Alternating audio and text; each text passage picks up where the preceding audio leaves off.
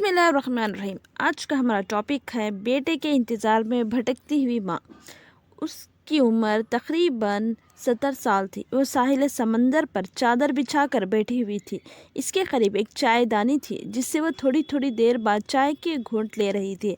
वो कभी सूरज की तरफ देखती जो दिन भर रोशनी बखेरने के बाद गुरूब होने वाला था।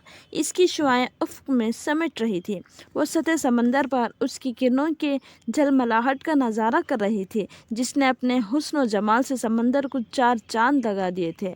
समंदर में मौजें उठखेलियाँ कर रही थी। इस हुस्न नज़ारे को देखकर वह इस ख्याल में गर्क थी कि न जाने ठठाएं मारते इस समंदर ने कितनी दिलखराश दास्तानें और कितनी नाकाबिल फरामोश वाक़यात को अपने सीने में दफन कर रखा होगा। उसकी अपनी ज़िंदगी भी कितनी पहलू से समंदर से मुशाबह लग रही थी।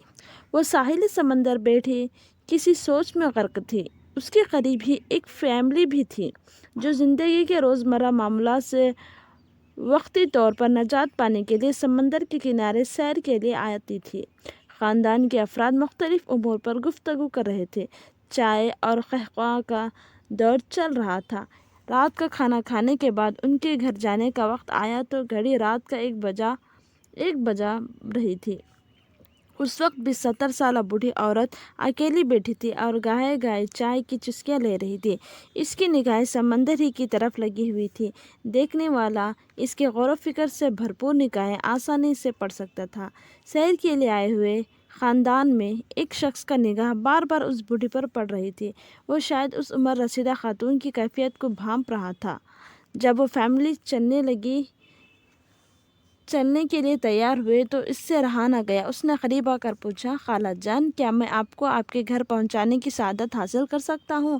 मैं देख रहा हूं कि आप तन्हा बैठी हैं, कोई आपके पास नहीं है। अगर इजाज़त हो तो मैं आपकी ये खिदमत कर दूं। उमर रसीदा खातून, नहीं बेटा, अल्लाह आपको जज़ाए खैर दे।